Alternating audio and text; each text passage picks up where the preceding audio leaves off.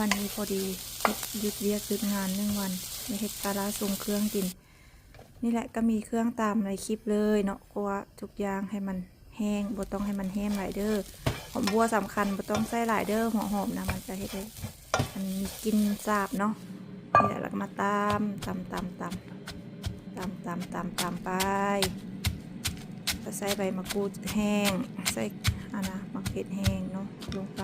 ตำพอเล็กๆหยาบๆมักไผ่มักมันเนาะแล้วเอาปลาร้าลงนี่นะตำไปแล้วปลาร้าลงน้ำปลาแดกสุกลงไผ่มักสุกก็เห็ดสุกไผ่มักดิบกะบ่ต้องเอาไปคั่วเติมเนาะนัวใบกับข้าวเหนียวแล้วกับปิ้งซีนแห้งกับจ้าอร่อยแซ่บหลายสำหรับคนที่อยู่เมืองนอกเนาะคือมินจองก็จะเฮ็ดแบบนี้กินตลอดเลยแซ่บหลาย